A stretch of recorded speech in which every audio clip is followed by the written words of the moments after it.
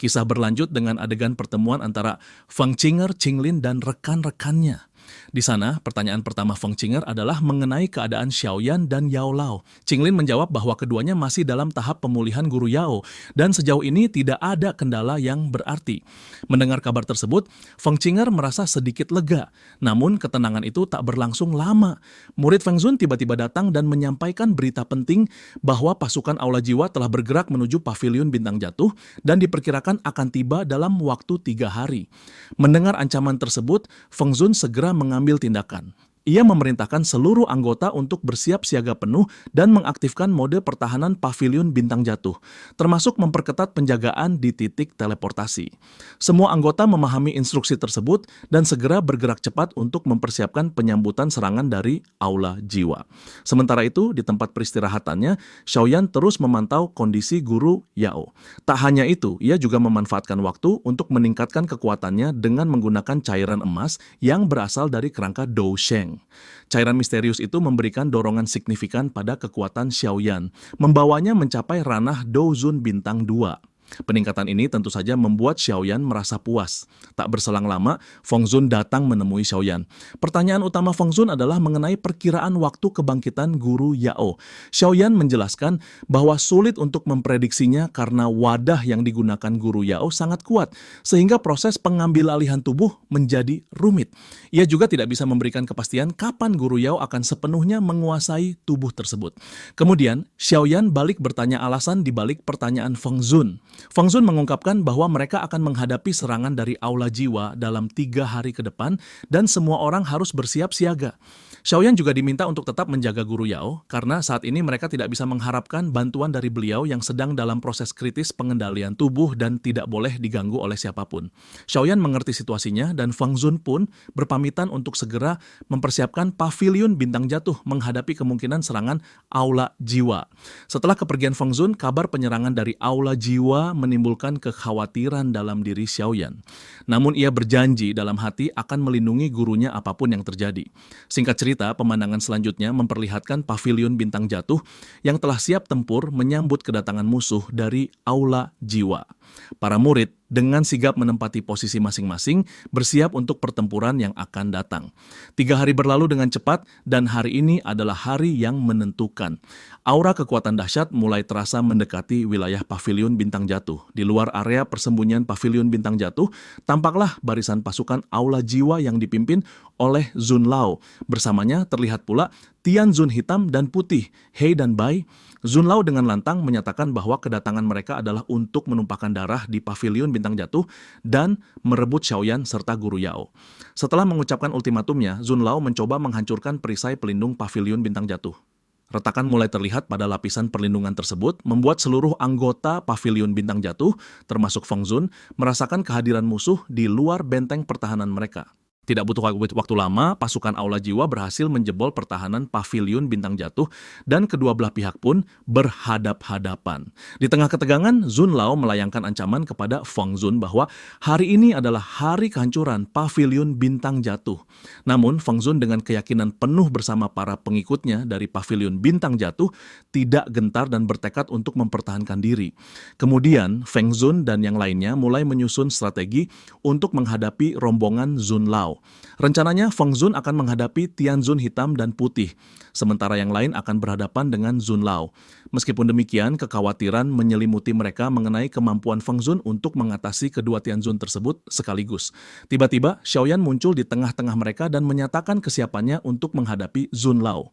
Kemunculan Xiaoyan disambut dengan senyuman sinis oleh Zun Lao yang memang datang untuk membalas dendam atas penghinaan dan kehilangan tangannya akibat perbuatan Xiaoyan sebelumnya.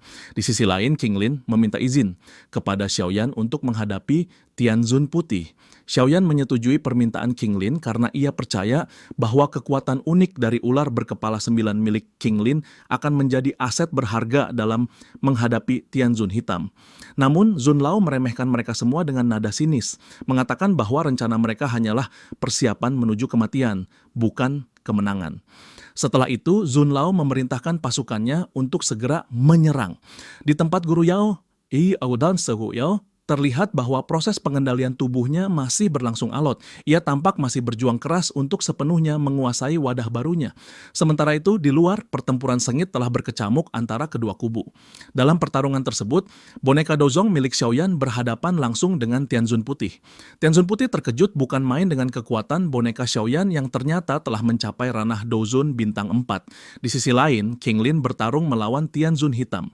Dalam duel tersebut, Qinglin memperlihatkan kekuatan matanya yang langka, yang seketika membuat Tianzun Hitam terkejut. Ketika Tianzun Hitam melancarkan serangan, Qinglin dengan cepat memanggil ular berkepala 9-nya yang langsung menghantam Tianzun Hitam. Sementara itu, pertarungan 1 lawan 1 terjadi antara Zun Lao dan Xiaoyan. Sikap sombong Zun Lao perlahan luntur seiring dengan terdesaknya ia oleh serangan-serangan Xiaoyan. Zun Lao sangat heran bagaimana bisa Xiaoyan yang ranahnya masih di bawahnya Dozong bintang 5 dan Dozun bintang 2 mampu melawannya dengan begitu sengit. Bahkan Xiaoyan tampak tidak menunjukkan tanda-tanda kelelahan, berbeda dengan Zun Lao yang sudah mulai terpojok.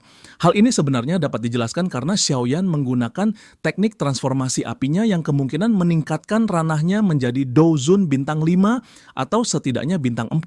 Jadi wajar jika kekuatannya mampu menandingi Zun Lao. Pertarungan di antara mereka terus berlanjut dan Zun Lao semakin terdesak.